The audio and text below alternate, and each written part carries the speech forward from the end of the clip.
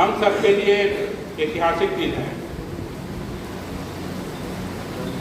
इस ऐतिहासिक दिन को लाने के लिए हमारे कितने लाखों हजारों स्वतंत्रता संग्राम सेनानियों ने प्राणों की आहुति दी।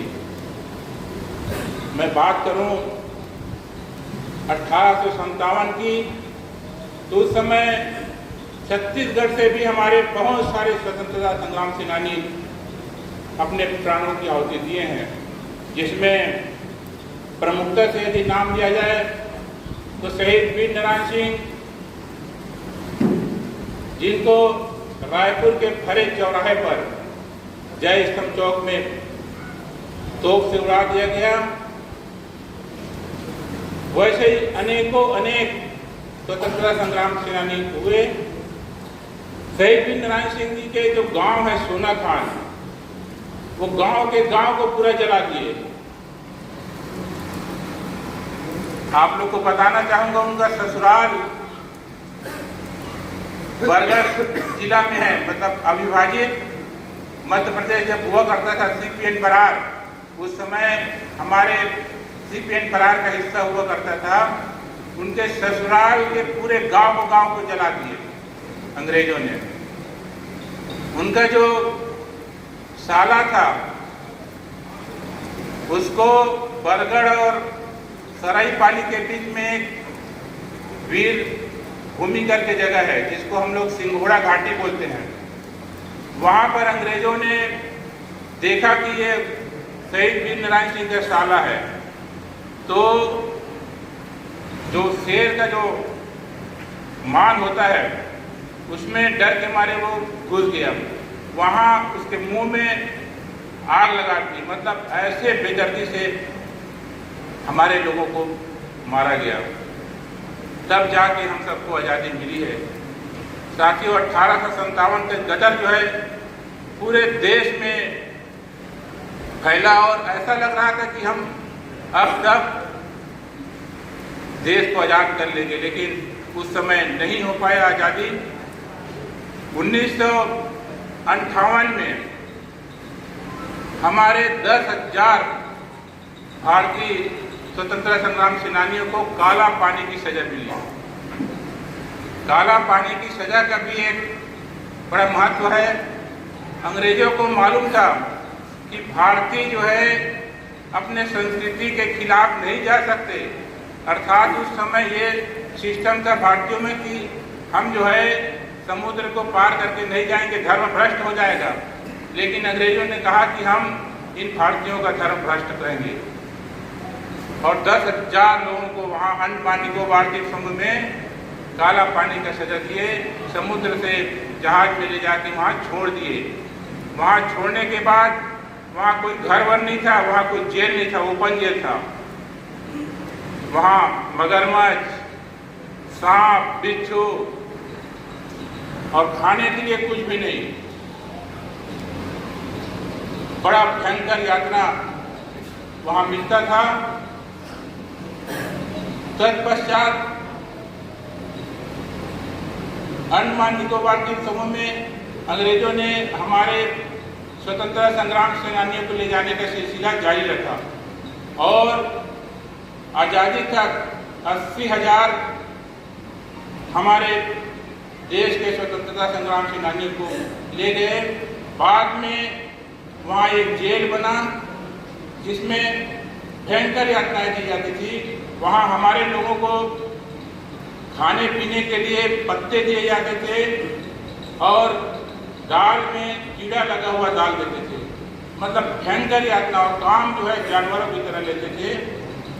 ऐसे स्थिति से हम लोगों ने आज़ादी पाई है। जब देश आज़ाद हुआ तो वहाँ से मात्र 30,000 हमारे स्वतंत्रता संग्राम सेनानी वापस आए और 50,000 लोग कहाँ गए भी पता नहीं है।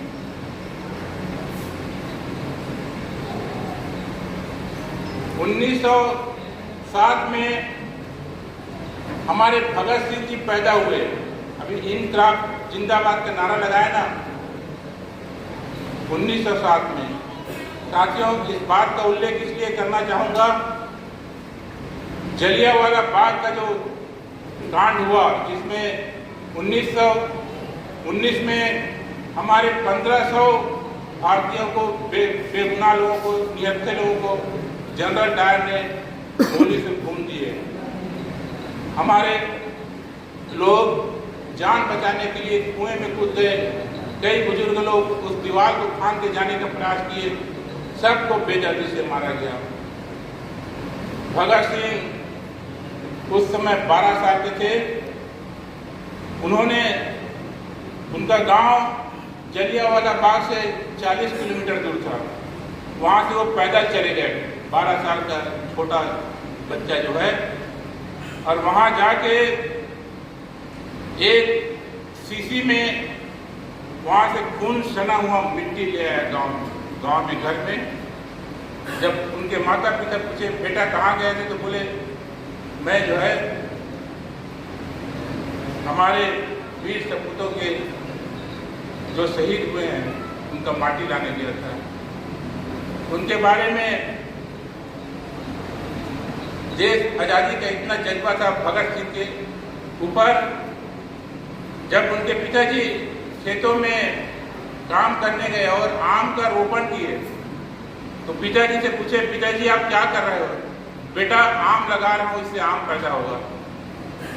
शहीद भगत सिंह भी बोले कि मैं जो है घर में आए और घर में जो बंदूक रखा था उसको आम की तरह रोकने के लिए लगाने लगा। तो पिताजी बोले क्या कर रहे हो? बोले मैं बंदूक लगा रहा हूँ और बंदूक बढ़ेगा, बहुत सारे बंदूक होंगे तो मैं अंग्रेजों को इस देश से भगाऊंगा। ऐसे देशभक्ति का जज्बा। देश में अंग्रेजों ने बहुत सारे कानून बनाए, बहुत काले कानून। उस समय श्रमिकों के खिलाफ 1928 में एक कानून बन रहा था कि कोई भी श्रमिक आंदोलन नहीं करेगा। दूसरा, जन क्या बोलते हैं, जन सुरक्षा कानून, 2 कानून 1928 में अंग्रेज बनाने जा रहे थे। देश में उसके खिलाफ चौतरफा आंदोलन का स्वर उभर आया। जन आंदोलन, जन सुरक्षा कानून का मतलब यह था कि किसी भी व्यक्ति को अंग्रेज कहीं से भी बेगर किसी कारण के उठा सकते थे। और उस दिन पास होने वाला था अप्रैल में। भगत सिंह ने योजना बनाई कि हम इस कानून को किसी भी स्थिति में पास होने नहीं देंगे, और दिल्ली का सेंट्रल हॉल में अपने साथी के साथ जाकर चुपचाप दर्शक दीर्घा में चले गए, जैसे आज विधानसभा में हम लोग दर्शक दीर्घा में जाते हैं ना वैसे, और बम को वहां फोड़ दिया। बम को ऐसे स्थान पर फोड़ा कि किसी को चोट वोट मत लगे। चारों तरफ काला काला धुआं हो गया। भगत सिंह ने अपना जो पॉम्पलेट लाया था उसको सबको बांटे, फैला दिया, और उन्होंने भागा नहीं। देश की आज़ादी के लिए उनमें ये जज्बा था कि मेरे को तो आज नहीं तो कल शहीद होना ही है, इसलिए मैं नहीं भागूंगा। और उनकी गिरफ्तारी हुई, उनको लाहौर जेल में शिफ्ट किया गया। लाहौर जेल में जब शिफ्ट किया गया तो बताना चाहूँगा, उनके साथ सुखदेव जी और राजगुरु जी 3 लोग एक साथ थे। इनको फांसी की सजा सुनाई गई। 14 मार्च 1931 को फांसी होना था, लेकिन भगत सिंह के बारे में जब देश को पता चला कि इनको फांसी होने वाली है, चारों तरफ विद्रोह उत्पन्न हो गया।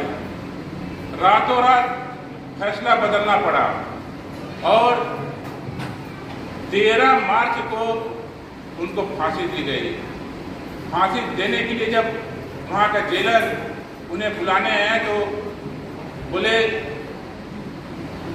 मुझे 5 मिनट का समय दो। तो 5 मिनट का समय बोले क्यों? तो मैं एक और क्रांतिकारी लेनिन की किताब पढ़ रहा हूँ, जिसको पढ़ने के बाद मैं आपके साथ जाऊँगा। और उन्होंने कहा कि हमको बांध के ना ले जाया जाए, हमको स्वतंत्र ले जाया जाए। और जब फांसी हुई तो उनके चेहरे में जो काला कपड़ा बांधा जाता था वो नहीं बांधा गया। उन्होंने आखिरी में कहा कि इनकलाब जिंदाबाद के नारा लगाए। उनका आवाज इतना तेज था, वहाँ के आसपास के जो लाहौर जेल के आसपास के जो घर है ना, वहाँ तक उनका आवाज का इतना तेज आवाज था। ऐसे महान क्रांतिकारियों के बदौलत आज हम आज़ाद हुए हैं। साथियों, आज भारी बारिश हो रही है। जब देश आज़ाद हुआ 1947 में, उस समय भी भारी बारिश हो रही थी। 14 अगस्त का दिन था। 11 बजे रात में सेंट्रल हॉल में बैठक हुई। उसकी अध्यक्षता लाल बहादुर शास्त्री जी कर रहे थे। नियमानुसार अंग्रेजों ने सत्ता का हस्तांतरण 11 बजे पंडित जवाहरलाल नेहरू जी को कर दिए। तत्पश्चात दूसरे दिन 15 अगस्त को बड़ा जलसा होना था, जिसमें 30,000 लोगों के आने की अनुमान थी। लेकिन वहां पर 5 लाख लोग आ गए। पंडित जवाहरलाल नेहरू को झंडारोहण के लिए जब जाना था तो देखिए अब कैसे जाऊं वहां तक, मंच तक। तो पब्लिक जो आई थी, जनता जो आई थी, उसके कंधा में पैर रखकर धीरे धीरे वो गया वहां मंच तक।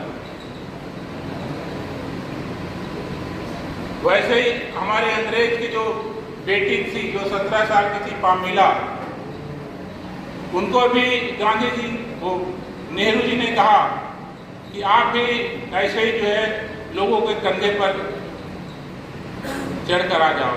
पामिला ने कहा कि मैं तो सैंडल, हील वाला सैंडल पहनी हूँ, लोगों को कंधा चुभेगा। तो बोले इसकी परवाह नहीं है, कोई बुरा नहीं मानेंगे, आप सैंडल को निकाल लो हाथ में और चले आओ।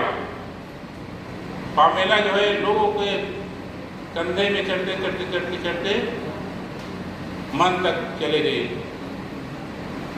उस दिन पंडित जवाहरलाल नेहरू ने झंडारोहण किया। झंडारोहण का मतलब ये है कि जो अंग्रेजों का जो झंडा है वो उतारना है और हमारा तिरंगा जो है फहराना है, ये झंडारोहण है। और झंडारोहण केवल 15 अगस्त में होता है। स्वतंत्रता दिवस के दिन 26 जनवरी को हम ध्वजारोहण करते हैं, मतलब ध्वज फहराते हैं। तो ये दोनों अंतर है। ऐसे महान तपस्वी लोगों के बदौलत हम सबको देश को आज़ादी मिली। इसका दुष्परिणाम भी हमको देखने को मिला कि हमको बदले में अंग्रेजों ने पाकिस्तान दे दिया, जिसके कारण हमारे भारतीयों को पाकिस्तान में भयंकर यातनाएं झेलनी पड़ी, घर बार छोड़ के आना पड़ा। और वो स्थिति आज भी निर्मित है। तो इन सब स्थिति को देखते हुए आज हम सबको, आज देश में आज़ादी का अमृत महोत्सव मनाया जा रहा है। हम सबको भी ईमानदारी से, कर्तव्य निष्ठता पूर्वक अपने कामों को आगे बढ़ाना है। और ये जो आज़ादी है, आज़ादी एक ऐसा तलवार के रूप में है, जैसे कि हम हर एक साल अपने घर में जो औजार रहते हैं ना, उसको टेरते हैं, वो छत्तीसगढ़ी में टेना बोलते हैं, उधार करते हैं। वैसे ही इस आज़ादी को हम सबको भूलना नहीं है। बहुत मेहनत से, बहुत त्याग के बाद हमारे पूर्वजों ने इस आज़ादी को दिलाई है। आप सब ने मेरी बातों को गंभीरता से सुना, इसके लिए मैं हृदय से आभार व्यक्त करते हुए अपनी वाणी को यही विराम देता हूँ। जय हिंद, जय भारत इनकलाब जिंदाबाद।